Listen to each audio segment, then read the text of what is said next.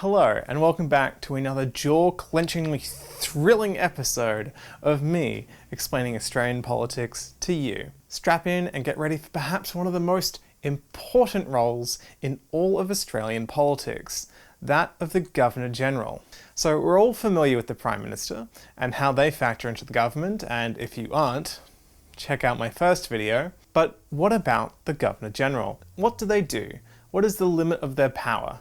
Can they even be stopped? Or are they too strong? Let's find out. First off, who the Governor-General is. Australia is a constitutional monarchy, which means the Queen of England is our head of state. As the monarch of England, she's too busy to, be worrying about all the particulars of all the individual Commonwealth countries. So she has a representative in every Commonwealth country. That representative is called the Governor-General. There are 15 Governor-Generals all around the world. Today we're just going to be discussing Australia's one. There might be some differences, I'm not entirely sure. So the Queen appoints the Governor-General on the recommendation of the Prime Minister. They usually have a term of about 5 years. This, like a lot of things, is actually just a suggestion instead of a rule.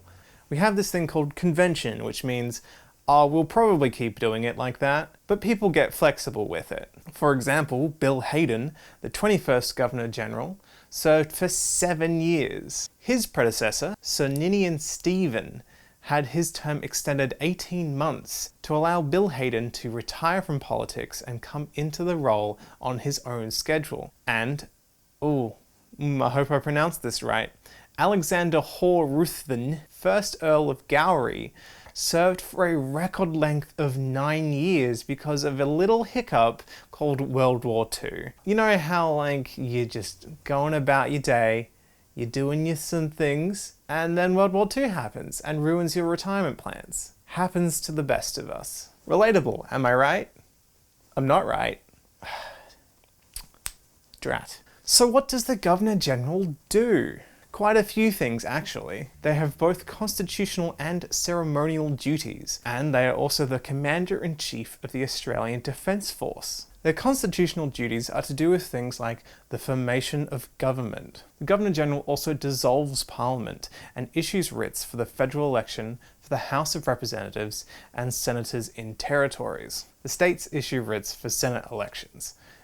Don't know why there's a division. Basically, dissolving Parliament is like, hey, stop doing it. And then issuing a writ is a fancy way of saying, hey, it's election time now. Go bother your constituents with how great you've done. They do this on the request of the Prime Minister, usually. But they can also do it without the Prime Minister, or just tell the Prime Minister, no, we're not having an election, keep going. Conventionally though, they do require consultation. Like I said, convention is not the same as a rule. Less than 16 months into the second Parliament of Australia, the Prime Minister George Reid requested that the House of Representatives be dissolved after an amendment of a bill failed to pass. The Governor-General refused, and so Reid resigned, and Alfred Deakin became Prime Minister. Basically, a Prime Minister asks a Governor-General if an election can take place, and usually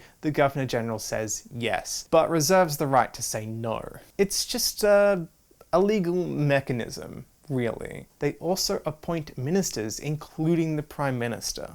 So the Governor-General gets the job on the recommendation of the Prime Minister, and then the Prime Minister is then sworn in by whoever is the Governor-General. Like a big legal circle, you know? The Governor-General can also dismiss the Prime Minister from office, like in 1975 with the dismissal of Gough Whitlam. They also appoint federal judges, ambassadors, and high commissioners. Basically, if you have an important federal government position, the Governor-General is likely to be in charge of officially giving you the position.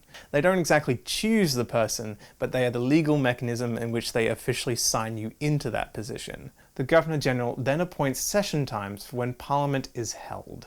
They're also in charge of allowing a referendum on the Constitution to go to the public to be voted on. I will be doing a video especially on referendums, so if you haven't subscribed already, do that now. A referendum to alter the Constitution can pass in either of two ways. The first is from a majority vote from both houses, or the deadlock provision. This is where a bill to amend the Constitution passes in one house, but then is rejected in another. Then, after 3 months, the same bill is introduced, passes in the first house, but then again is rejected in the second. It can then be taken to the Governor-General, who can just agree to it anyway and forget the other house. Which, in practice is the Senate, because the Prime Minister is in the House of Representatives conventionally, and therefore the Governor-General conventionally listens to the Prime Minister, and so conventionally the Senate cannot introduce a bill to a referendum without the support of the House of Representatives, and then it's voted on by the public.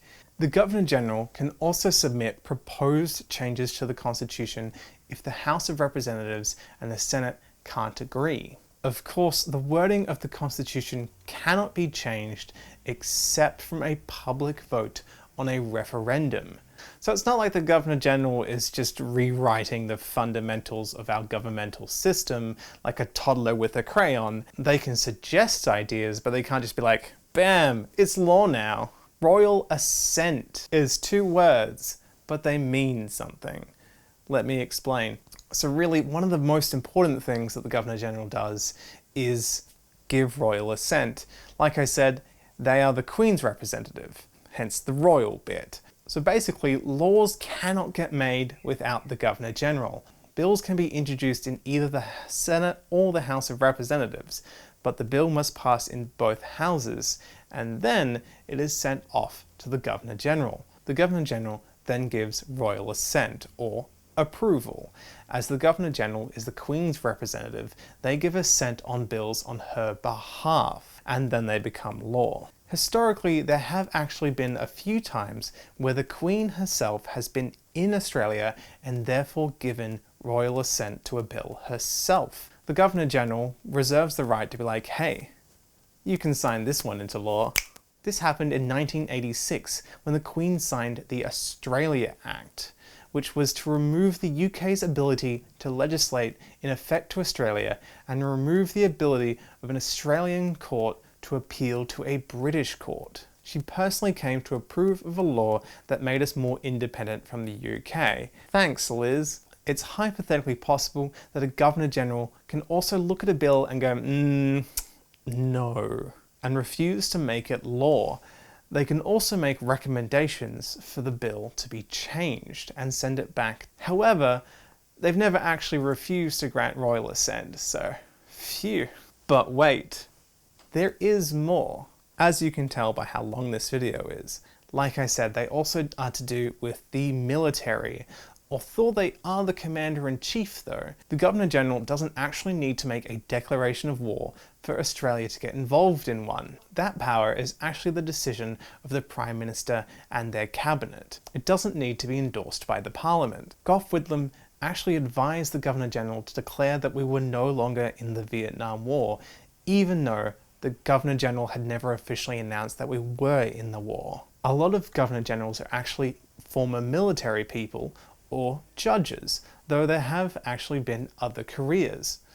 Bill Hayden was actually a former leader of the Labour Party, and Paul Hasluck was a Liberal Party politician before he became Governor-General. As the Commander-in-Chief of the Australian Army, they appoint the Chief of Defence Force and Service Chiefs, commission officers in the Navy, Army and Air Force, present military awards, and lead celebration and commemorative events like Anzac Day. They also have ceremonial duties. They host a bunch of ceremonial events as well. They are busy even outside of parliamentary sitting hours. They attend the opening of a new federal parliament and make a speech about the intentions of the government. They also meet ambassadors and foreign heads of state and award special honours like the Order of Australia, a recognition of outstanding service or exceptional achievement. They also send out congratulatory messages to Australians for significant milestones